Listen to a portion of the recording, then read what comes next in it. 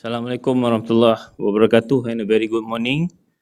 Yang bahagia Prof Emeritus Dato Dr. Syed Mohamed Al-Junaid, President Malaysian Health Economic Association and as well as the Program Advisor, Prof Dr. Muhammad Riza Abdul Manaf, Chairman of the 18 Postgraduate Forum Committee, distinguished speakers, participants and members of the floor. So today I'm gonna talk about public-private partnership as a sustainable health model. So the way I'm going to address this topic today will be a mix of not only evidence-based but some experience as well, running at both managerial as well as strategic leadership level within the Malaysian Armed Forces, as well as within Ministry of Health Malaysia for more than 2 decades. So I'll address this by explaining on what we have and what we should have and what are the challenges surrounding of having a public-private partnership model in Malaysia. So Hippocrates' famous quote is declare the past, diagnose the present, foretell the future. You must admit past mistakes. You understand the current situation, you foretell or you predict, and you prepare for the future. So looking back at the past, during the COVID-19 pandemic, so at the peak of the Delta wave, we had a serious issue with surge capacity. That was when we realized that our healthcare system is not sufficient to deal with surge capacity of a pandemic scale. We also realized many other shortcomings during the peak of Delta wave. So during that time, I was the Joint Department Task Force Commander for the Greater Klang Valley Special Task Force. I witnessed myself the total collapse of all the major hospitals within Klang Valley. Even this hospital, the FK-KMK, as well as the new pediatric hospital nearby, has been converted to a COVID treatment center. Just to highlight the magnitude of the problem, we even use housemanship or house officers as nurses, and they will report directly to the specialists. So these were the magnitude or the scale of the problem at that time, and we had to make do with whatever we have. So we opened up biggest COVID treatment center in Maib. I was also responsible for that. Initially started off with 3,000 beds, then we increased it to 10,000 beds as time goes on. During that time, we have to decant non-COVID patient to private hospital. So we kept the ceiling for surgical cases at RM 45,000 ringgit, and for non-surgical cases, we kept it at RM 25,000 ringgit. So we did that for all the hospitals to make way for COVID patients during that time. All right. And looking back at the past too, we have had many occasions in which public-private partnership was discussed. I think Prof. Syed can also tell about the concept of one care that was first mooted in 2008, and then it was discussed again in 2012, but up until today, 2020. So fast forward to now, we're still having a universal healthcare system. You know, we have three main healthcare system in the world in terms of funding. Universal healthcare system where everything is provided for by the government, a hybrid system like the one that we have in Australia and UK, where you and currently we are having serious issues with regards to our capacity to deal with surging number of cases. We have increased recording in progress. Include private sector from the primary healthcare all the way to the tertiary care. The idea is to have all the private GPs to be empowered to take care of the community. The idea is to have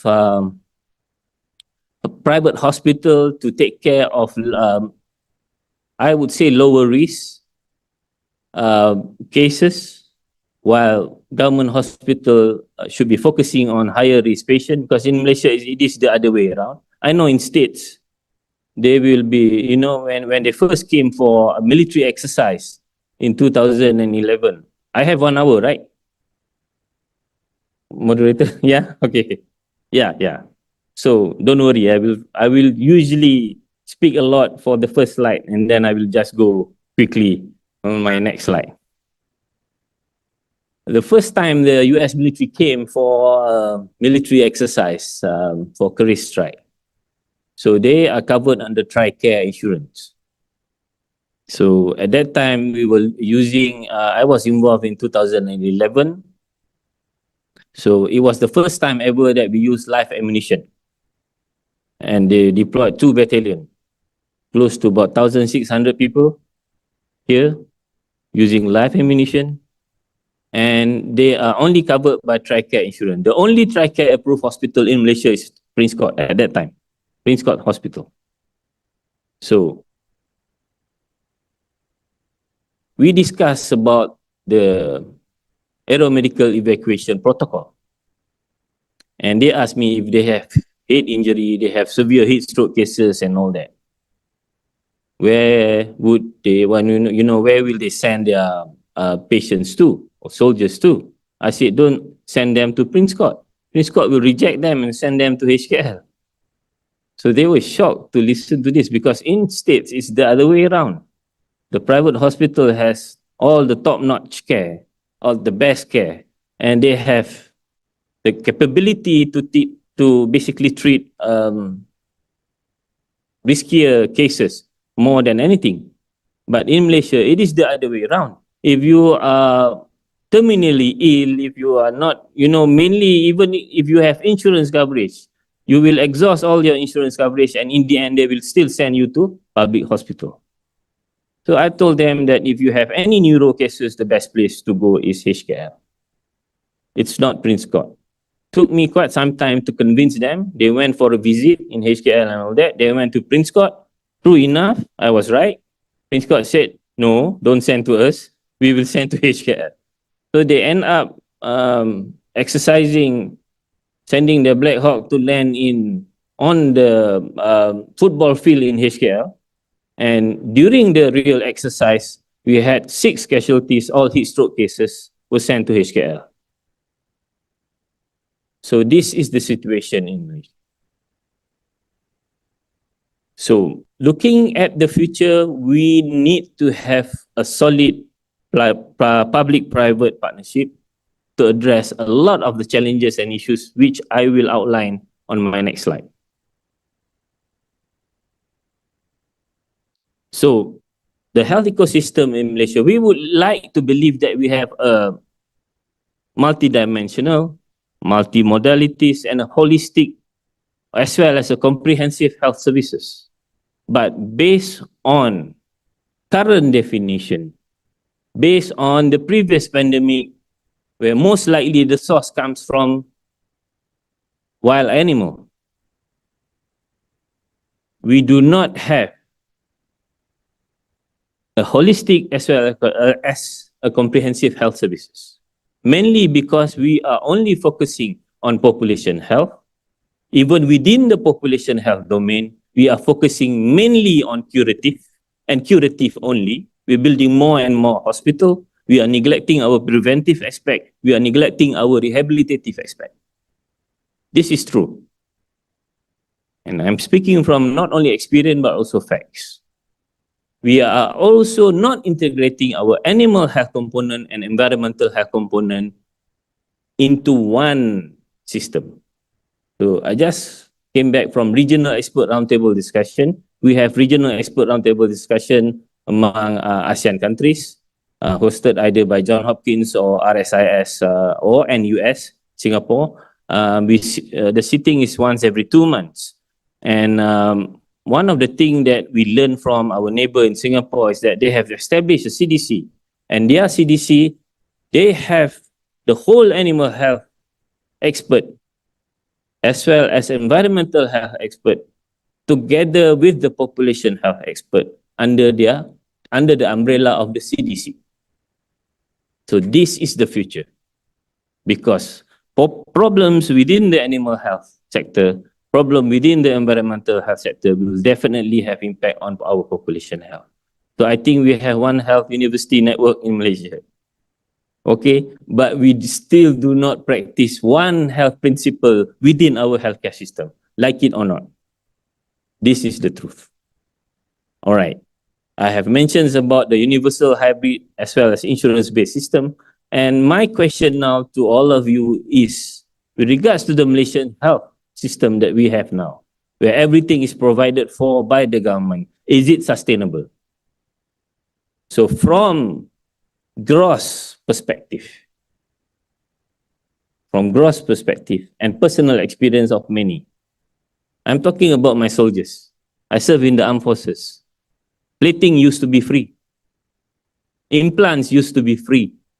Now they have to pay for everything and claim back. And the claim will take 1.5 years, I would say average, to come back to them. And plating costs a minimum of around 7,000. And if you have your parents covered under your GL, implants are not covered anymore. Being a soldier, poor, a corporal, for example, the take home is just around 3,000 ringgit. Less than that, probably, after all the cuts, including provision to the wife. All right.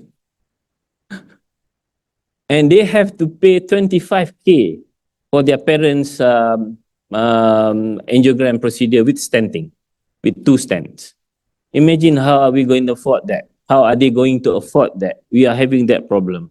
Implant, orthopedic implant are the same thing. It's not covered and we have to pay. So is our health system really universal? I'm asking you that question.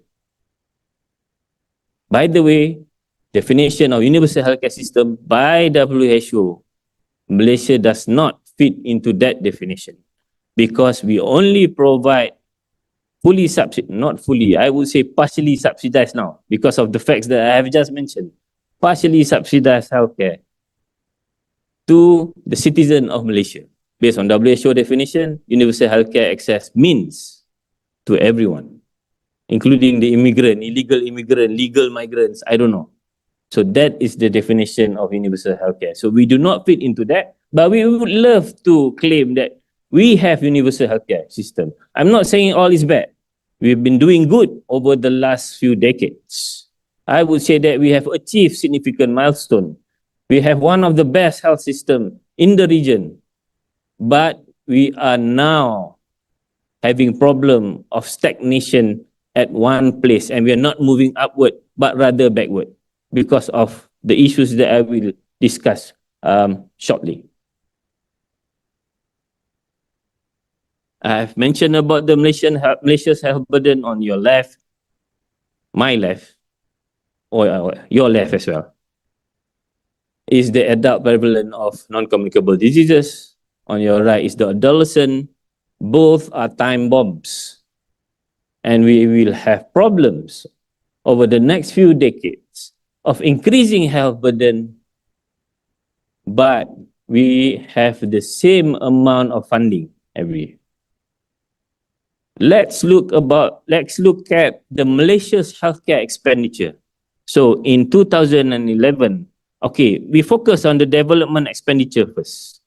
In 2011, it was 1.95 billion, and then the highest ever was in 2021, 4.71 billion, and then in 2022, it was reduced to 4.38 billion, and in 2023, it was 4.64 billion. This is development expenditure. How about OPEX? I dare not discuss about OPEX because I serve within the system. The OPEX caters mainly for emoluments, allowances, and maintenance of whatever existing facility is there. So this is the main shortcoming of the universal healthcare system, where you have to maintain and you have little provision for development. The operational expenditure for Ministry of Health, for health sector within the Ministry of Defense, among the university hospital except UKM and UM probably. You guys are richer because you have your private wing generating income to support your public wing. Other universities may not have that. Some universities are running at losses because they have to cover for the expenditure of their university hospitals. So it is just not the same level of playing field. But with regards to the Ministry of Health, the operating expenditure alone is not sufficient. We have problems with regards to this. Remember in 2012, the government announced time-based promotion for doctors and specialists. What is happening to that time-based promotion now? Some of the specialists here are having problems being promoted because the quota for I would say the JUSASI or HASI is now full. So they add on another level 56. As we speak, I have heard A1 info that they will add on another level of 58 just before C. So what is this all about? It's about the government not being able to afford and sustaining this approach or system. We might want to think that Malaysia has one of the highest, I would say, allocation based on the percentage of total government expenditure. The annual budget, that's the percentage that have been taken about. But let's compare with Singapore, Philippines, Vietnam, Thailand, and Indonesia. So this data was between 2012 to 2017.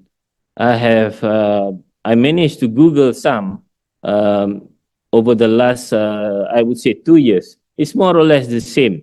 So we are not number one. In fact, we are, based on these 6 countries, if we were to compare our allocation based on the percentage of the total government expenditure, is in fact the lowest. This data is available from World Bank report, by the way. Yeah. All right. So how about GDP? How about expenditure or MOH allocation as when compared to the percentage of GDP? It was hovering around between 1.46% to a maximum of just 1.98%. A developed nation has health expenditure to percentage of GDP of around 6%. So are we near there? We are far from that. In that sense. As Malaysians, I know we have a lot of foreigners here. I just would like to state some of the obvious facts. We are trapped in the upper middle income nation status over the last 3 decades. We were supposed to achieve high income status or developed nation status in 2020. This is a very sensitive topic, but if you read the World Bank report carefully, you will see that one of the pulling us down, yeah? One of the pulling factor that prevent us from achieving that status is the very high level of subsidies, not only for healthcare, education, as well as fuel. So, like it or not, that is the truth. It will trigger a lot of social media viral attacking. You know, if this is recorded and spread out, somebody might burn me alive, I don't know, tomorrow or day after. But the truth is that that is the problem. Okay, when you look at, okay, this is the final consumption expenditure. Most of the time, budget given are not adequate So in August or sometimes in October that year, Ministry of Health, Ministry of Defense, or anybody with health services will definitely ask for more money. So, but this is consistent with the previous slide that I showed. It was hovering around between 1.4% to a maximum of 1.9%, more or less the same to the percentage of GDP. You might want to think that most of the money goes to the B40. In Malaysia, B40 is the below or the lowermost or the bottommost 40% of Malaysian in terms of the socio-economic status, in terms of their, I would say, income. So their income status, the bottom 40%, we might want to think that the bottom 40% receive most of the subsidies. We are wrong. Look at the average public healthcare spending, the highest are taken up by those of high income status. So our public healthcare system is widely abused. And it goes on and on, upper middle income, followed by lower middle income and low income status. Either this is correlated by them having to work hard and hence, healthier than the higher income group who practice sedentary lifestyle, sit in the office with aircon and all that. I don't know. This is yet to be proven, but this is the actual data that we have. It's showing that the government is spending not mainly for poor people, but it's actually the other way around. So, look at the health expenditure by private sources of financing. This was reported in 2021 by Planning Division, Ministry of Health. Yeah. So out of the pocket is 74.7%. In 2020, it was 22 million, 24 million in 2021. How about private insurance enterprise? We would like to believe that expenditure among Malaysians in terms of purchasing personal health insurance would be significant. Again, we were proven to be wrong because the amount was only 4.9 million in 2020 and 5.5 million in 2021. Remember, we are a nation of 32 million people. And do you know how many are actually paying individual income tax? Anybody can guess? Any Malaysian can guess? Out of 32.5 million population that we have now, how many are actually paying personal income tax? 1.2 million. So where is the government going to source the money from to sustain our healthcare services, to sustain everything? Why GST was mooted? I will not touch into politics. All right? I will not support whatever government it is. This is a neutral statement. GST was introduced by many countries in the world, including Singapore. I don't know whether they have introduced that in Indonesia. They did, right? Anybody from Indonesia, do you have GST? Government service tax? You do have. The real reason why we do have GST, why we need GST, is because it is the most fair and comprehensive tax system that covers it all. It will plug all the holes, plug all the bleeders of the government coffers. But people who oppose this do not really understand. In the end, we replace it with a more burdening system of SST.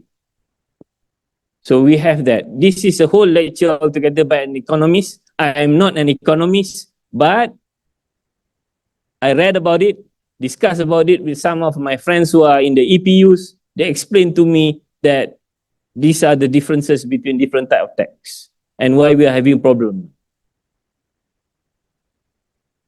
Corporation, GL, private corporation, GL spend only about 1.6 billion, sorry.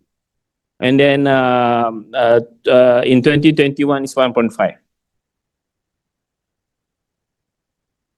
If we look at the out-of-pocket expenditure for function of healthcare, why is it increasing? Because of the reasons that I said. A lot of things are not covered anymore. Some of the drugs that you used to be given to, which were effective, were taken off the shelf because the government can't afford to continue supplying it. Some of the original drugs, which are proven to be more efficient, are changed to generic drugs in most government hospitals because of budget issue. So a lot of patients are actually willing to pay out of pocket. So this data is from 1997 to 2017, shows a significant increase in out of pocket health payment in Malaysia. So they're not willing to allow government to impose a national insurance scheme. The Malaysians, I mean, the sentiments. But they're willing to spend on their own without realizing huge amount of money for supplements. And some of them are junks. Some of them are useless. But many people are willing to spend hundreds of ringgits to thousands of ringgit every month out of their own pocket for their own health. So in terms of individual understanding of the need to spend some money for their own health, we already have that and we are already seeing the trend. But the sentiments, overall sentiments on having some form of national insurance scheme is still very negative.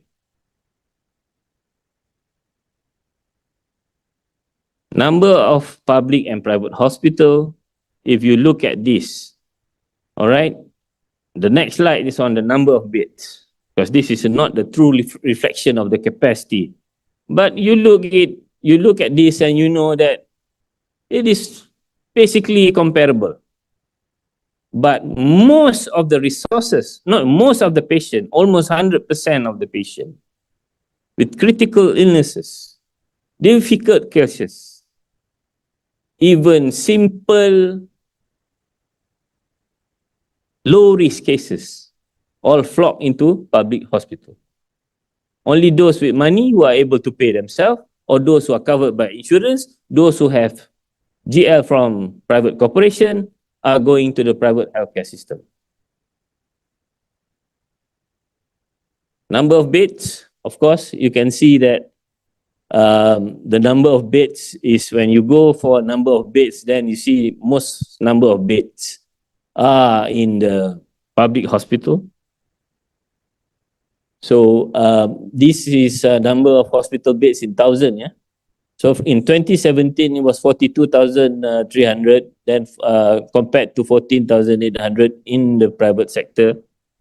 In 2022, we have 45,000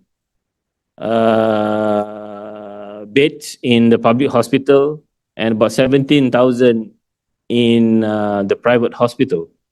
So from 2017, over the course of 5 years, we managed to increase only 3,000 beds. And the actual requirement is actually more than that. So now, if you ask many, I'm currently running a medical faculty. It's not easy to get students anymore. True, we have, I would say this year I have about 3,000 applicants for 50 spots. Still high demand. But it used to be 12,000 spots, 12,000 applicants for the same 50 spots. So why are parents not sending their children to do medicine in? Because the answer is simple, there is no job for them, there is no requirement, there is no more post in Ministry of Health and all that. This is what you are being fed. The actual requirement is far greater than what the current post is offering. We are still far from achieving the ideal ratio, doctors to patient ratio within Malaysia. We are far from ideal. But the problem is with our financial standing to create more posts, to sustain it, to pay the salary, and of course to provide pension. This is our main challenges. Hence, no new posts are being approved accept these 3,000 plus posts over the course of 5 years, when we actually need more. We need more money for this. It is being neglected. We leave it to the Department of Agriculture as well as Department of Veterinary, and they are doing their job in silo, not being monitored.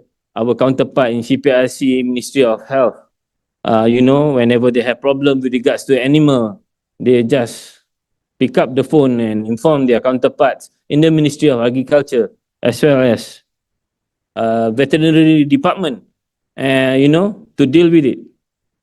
By right, we should be dealing it as part of the One Health concept. We should be dealing with antimicrobial resistant issue, which in most countries is proven to have come from antibiotic abuse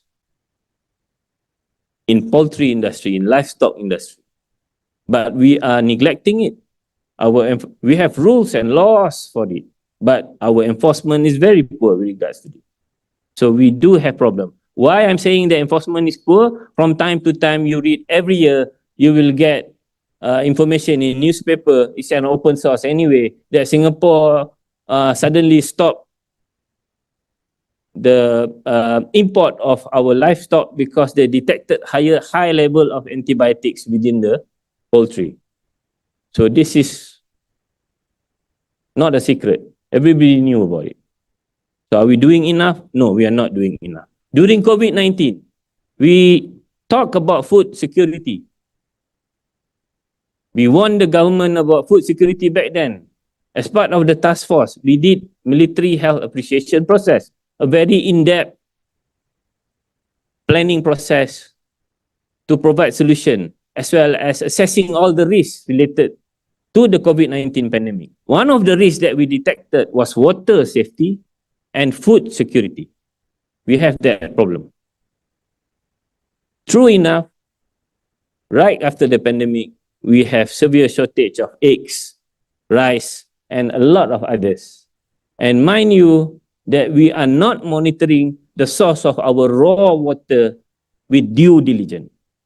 I'm talking about an example that I can give is that one of the states, when we raised this issue of water safety, the solution was to buy 4 drones, costing 4 million each. All right, and the drone has no night flying capability. When do people who pollute the river with chemicals dump their chemicals? At night. So are we doing enough? No, we're doing nonsense stuff with no guarantee for good results. Very poor governance with regards to this. Are we safe? If our raw water source is not safe, our water safety is not guaranteed. Nobody is talking this as a form of health domain, but rather a separate domain. Little that we realize that no food, no water, no health. No food, no water, no life. I have a funny story to tell.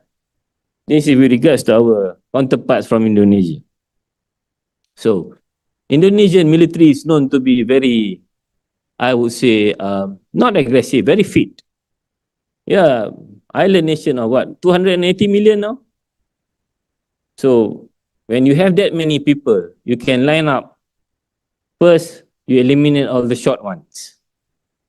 Second, you eliminate all the non-handsome ones. So you only pick up the handsome ones. Same goes with the women soldiers. You only pick the beautiful ones. Put the jokes aside. You have fit and able soldiers. So every year we have our joint exercises between Malaysian and Indonesian military. So in each exercise, we will have to capture the final objective. Usually we will either charge a hill, all right, capture the objective, or any other obstacles that we have created for the exercise for that year. So in 2004, I was involved in this exercise I was in Sabah at that time. So we have a detachment from Kalimantan coming in, very fit. We know that this is impossible for us to beat them. So on the final day, uh, where both the Malaysian side and the Indonesian military, which are supposed to, compete against each other to capture the final objective on top of the hill in Kota Belud, Sabah. What my parliament did was, we changed the ration for the TNI soldiers that morning. Instead of giving them the usual requirement of rice, we give them mihun.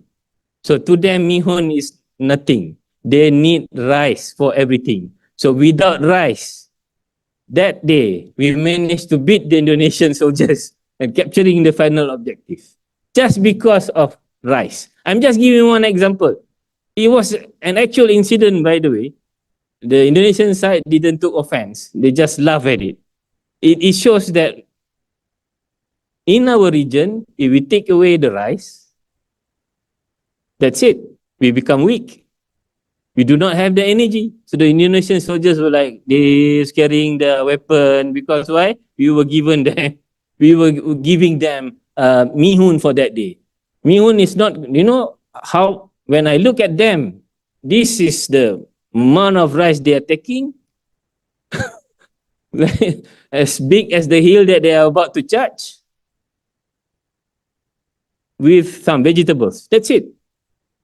That's what they need. You give them mihun, that's not a meal to them. So this is actual story. It means that no food, no water, no life. And we are not taking care of this really well. So now I move to the next part. How about public health preparedness and networking? I will not touch it all because I have only 20 minutes left. But genomic sequencing, we have discussed in regional expert forum that everybody knows about Naval Medical Research Unit 2, NAMRU, which is based everywhere in the world.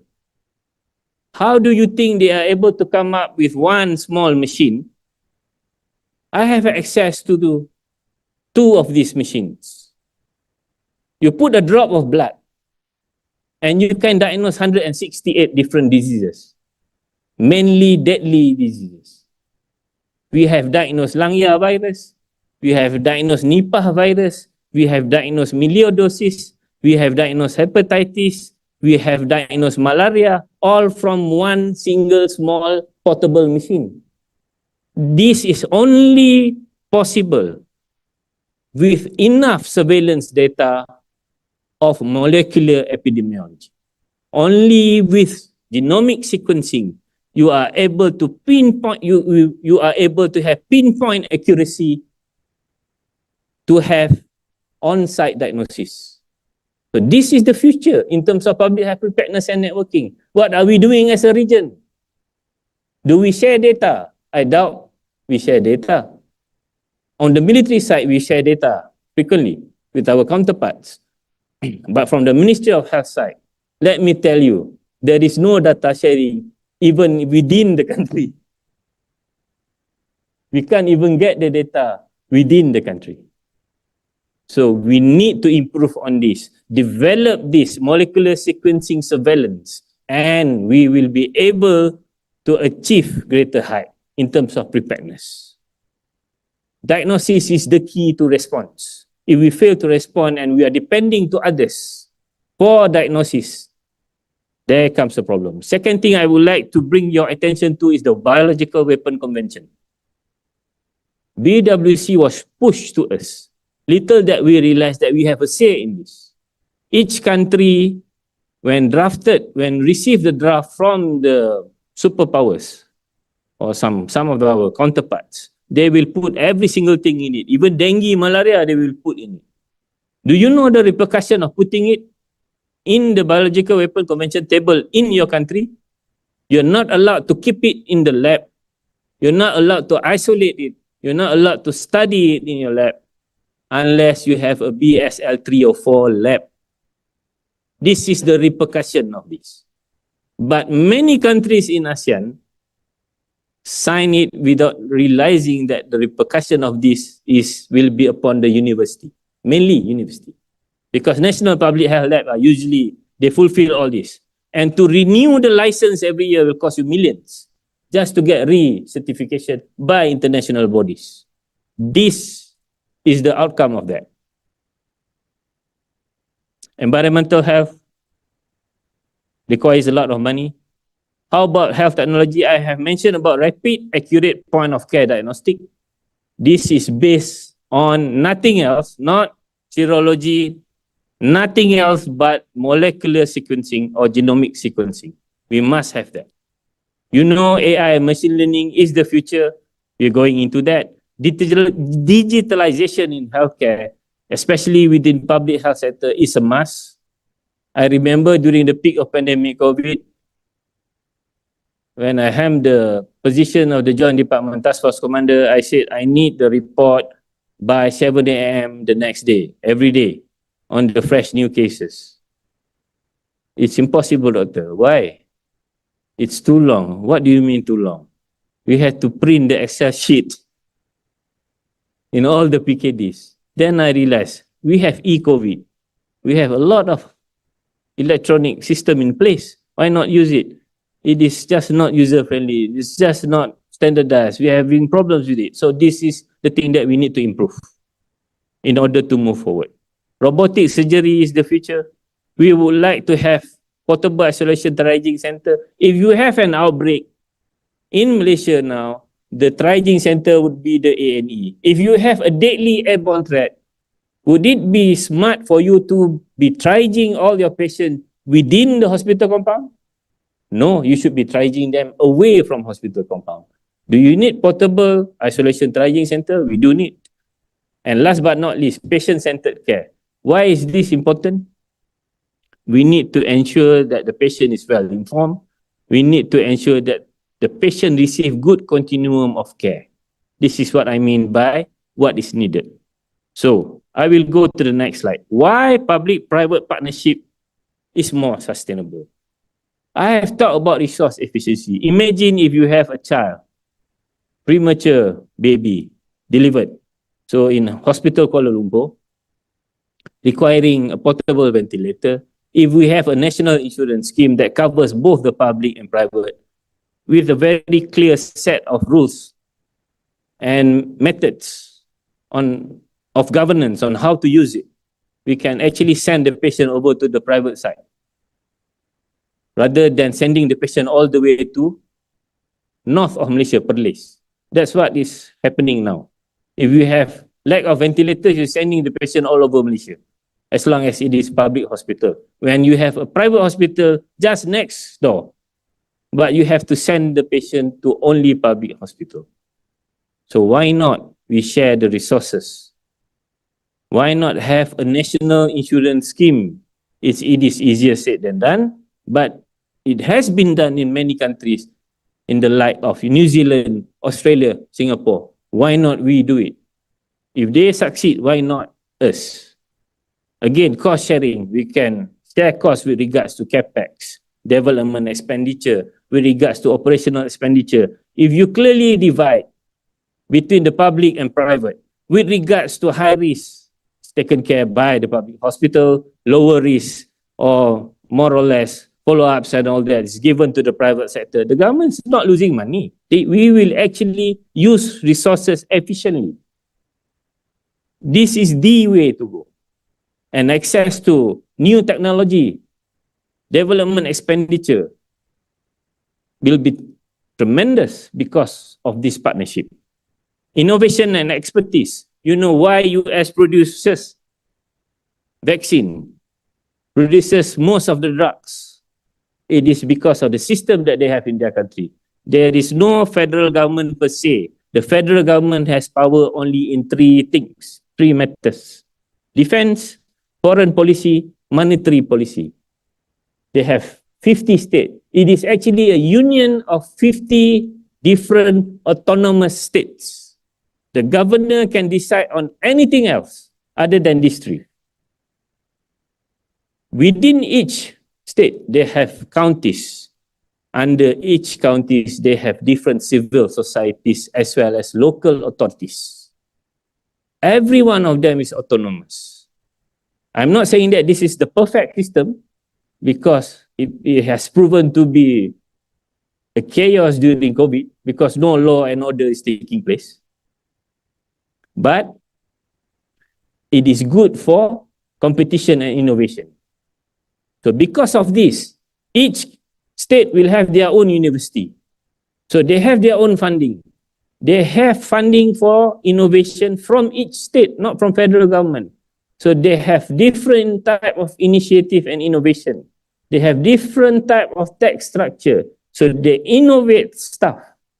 And it is a healthy competition between 50 different states, between thousands of counties that has led to leap in terms of innovation culture within the United States. And the same thing will happen if we were to have our public-private partnership. We will have a healthy competition when it comes to innovation and expertise. We can share risk mitigation. And last point, improve service delivery and continuum of care. What we have now is patient, when they come to public hospital, most of the time, I'm not saying most of the time, I'm saying most of the time out of personal experience. Most of the time, my mother, when I brought her to see the specialist, is being seen by non-specialists, being seen either by registrar, MO, or houseman. Am I right? Yeah? Sometimes you get to see the specialist. And most of the time, you will not see the same specialist. You will see different specialists every time, and every time they will ask you the same question. Aren't you annoyed as a patient? Yes. How about when you are discharged back home? Who monitors you during that 6 months before you go for your next appointment? Nobody. One Care was mooted in 2008 with a very good idea of empowering the GPs. Each GP will be given, let's say, about 1 million from the National Insurance Scheme. You manage that money. You manage about 200 to 300 patients. You use that money. If you need to refer them for blood checkup, for MRI, for CT, for whatever it is, you use that money. Whatever is left, considered as bonus, but you will be penalized if you do not achieve the KPI, meaning to say normal glycemic or normal good diabetes control, good hypertension control, everything that can be done at primary care level. We have KPI to measure. If they fare better, they achieve good result in terms of patient control, they will be rewarded with bonuses. This will lift the burden from our EDs, emergency department, from the public primary care centers. That was the idea. It was good. But what was the challenges? After summary of evidence, I only have 5 more minutes, so I'm going to go very fast.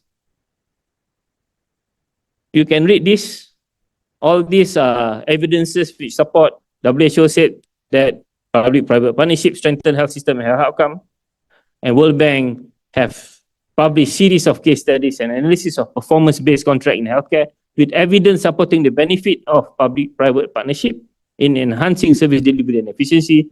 Asian Development Bank have outlined various operational models of PPPs in healthcare that are suitable and sustainable within ASEAN setting. And you can read Health Policy and Planning Journal on governance and accountability.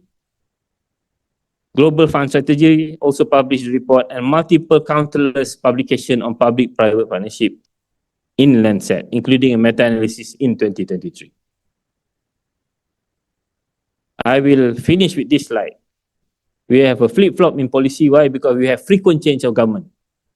Government of the day is not strong enough because at any point of time they can just be replaced with the new government.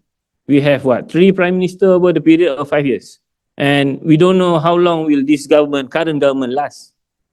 So nobody in the right frame of mind as a politician, when facing with this situation, will have that strong political will to announce suddenly that, okay, today we will have national insurance scheme and we will have an integration of public and private healthcare facilities. The opposition will bombard him, use this against him, and will bring the government down.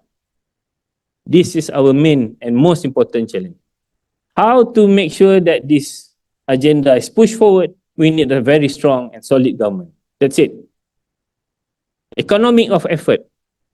What is meant by economic of effort is everybody must be synced into believing that this is for the country. This is important. The healthcare providers, everybody within the healthcare sector must support this. Those from the civil servants must support this. At policy makers level must support this. The politicians, the parliament, everybody must support this. This is meant by economic of effort. Public acceptance must be well taken care of before announcement. We need to preempt them with the notion that the services are going down. We need to improve the quality of healthcare. How do we do this? So risk communication, effective strategic communication must be in place to increase social or public acceptance. Technology abuse. What happened in US? I went to US for, again, expert roundtable discussion for pandemic preparedness in 2022. And suddenly one of our colonel there, who is studying in the NDU, he fell sick. Basically just fever and all that, but the way they reacted in US, they brought the ambulance to the room and all that. He was just having fever, 38.5 for God's sake. Here, we will just bring him, probably walking by himself to the hospital. There, they sent an ambulance. And then they brought him in. And they did all sorts of things, every single thing unimaginable. They tested for everything from toxoplasmosis, EBV, everything. They did an MRI. They even did a PET scan. And I asked the doctor, for what? It's covered by insurance, don't worry.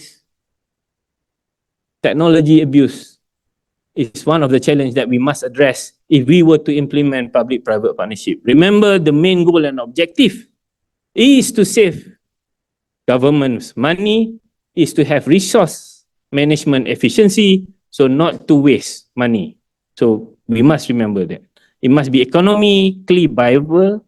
And when I say this funding for public-private partnership and the insurance scheme, the national insurance scheme must be carefully crafted. I believe with people like Dr. Said, Prof. Said, is able to advise the government on how best can we do this.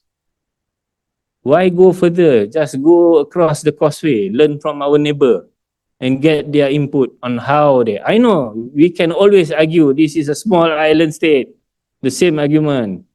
They have only 5 million people. All right, you can run from end to end within just 3 hours. All this argument. But again, it is not an excuse. They are able to do it. All right. We need strong legal framework to support the public-private partnership. And last but not least, a very good governance structure. You can have sun and moon. You can have a public-private partnership system in place. But if you do not have good governance on this system, we will have problems. So good governance must be set upon. If you follow all these checklists, this is Pasteur model of business management actually. Those who study business will be able to understand this. I just choose to change it whenever I want to suit anything. So for this purpose, I believe this that I thank you.